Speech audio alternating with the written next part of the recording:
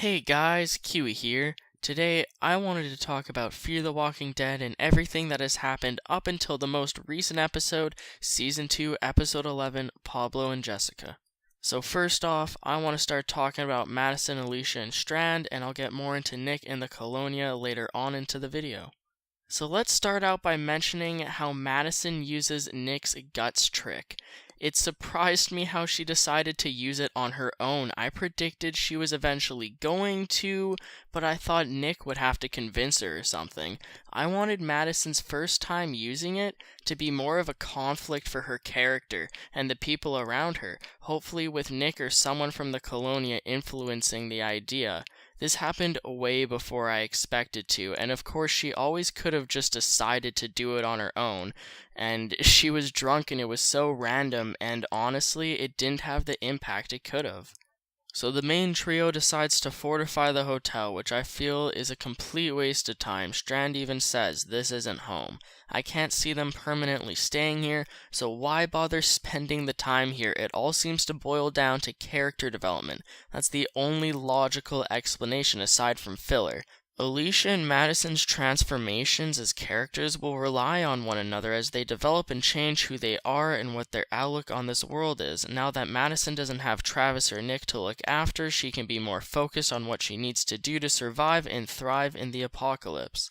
Everyone involved with the show is really pushing the idea of Madison fulfilling a leadership role and questioning how well she can handle herself in certain situations.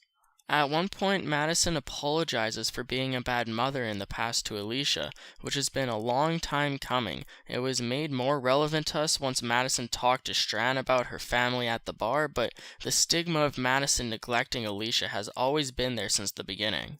I think Alicia definitely took the mature route in letting Madison know not to worry about it, and I definitely think she appreciates everything that Madison had to say because she was right. Alicia did grow up on her own and she's very independent because of it, and I feel like this really seems to show in the past 2 episodes, as Alicia has definitely started to step up when it comes to being more fearless in general. She's proven useful in more ways than one, and hopefully these experiences help shape her character in the future. Later on, Alicia then confronts Madison about the fake-out Madison zombie, which apparently meant more towards her character development than we thought. Originally, I figured it was just some cheap tactic to fake out the audience, but it actually comes back around as Alicia confronts her of this, which sparks a lot more bonding and important conversation between the two, once again building them together. Strand, on the other hand, is battling his own demons, trying to regain the opinion and value he has of himself and set his head straight. He really steps back and lets Madison voice her opinions and try to show her leadership skills, where usually Strand would be trying to call the shots and make decisions for everyone. I really enjoyed Strand's conversation with the man who lost his wife, Jessica. He really helped this man through his situation, which in turn helped Strand. I feel like he needed to see someone in a similar situation that he was in order to speak his mind and help lead himself towards self-realizations on his own. I really see this as a lot of character development towards Strand, and they did this really beautifully. I really loved this. I really hope that Strand really just molds himself into a confident badass, because we need another one of those around.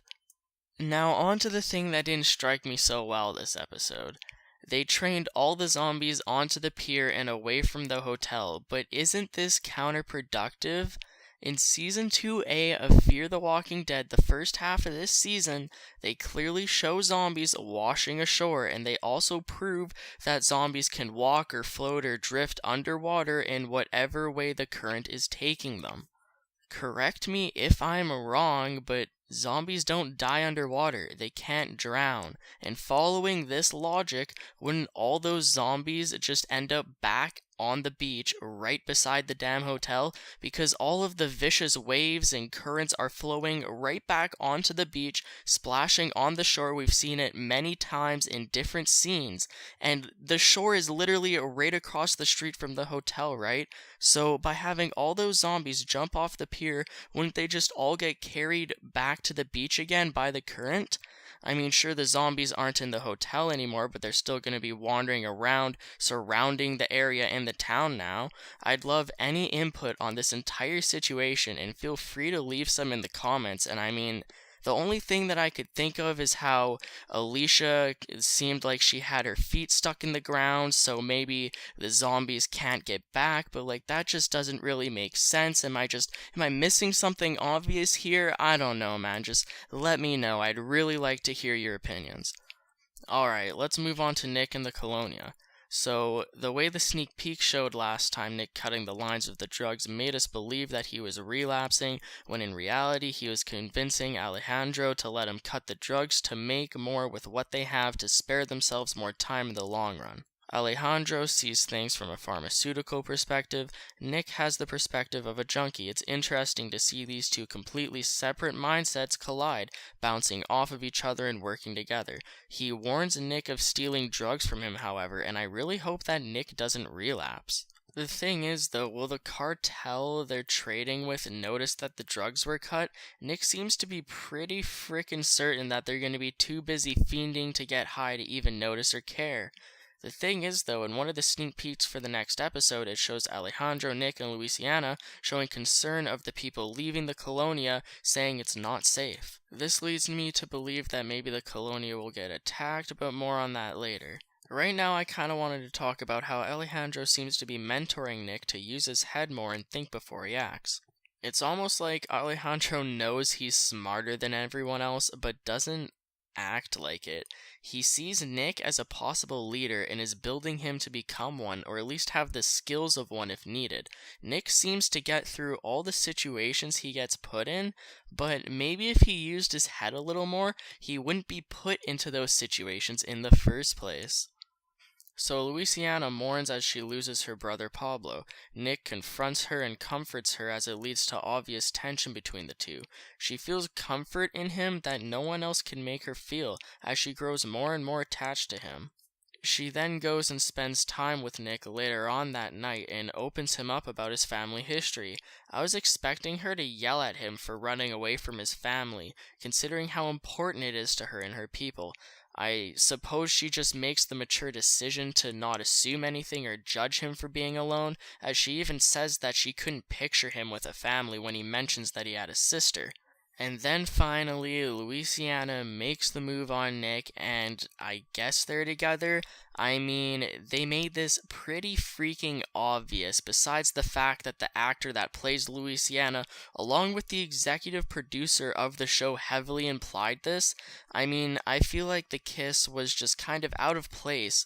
I feel like we've all been waiting for the kiss for a few episodes now. I mean, some people may have seen this come in more obviously than others, but I don't know, I just feel like this could have been tweaked in a different way that would have some sort of different impact. I mean, it did have an impact, but it was just kind of off. It just felt odd, you know?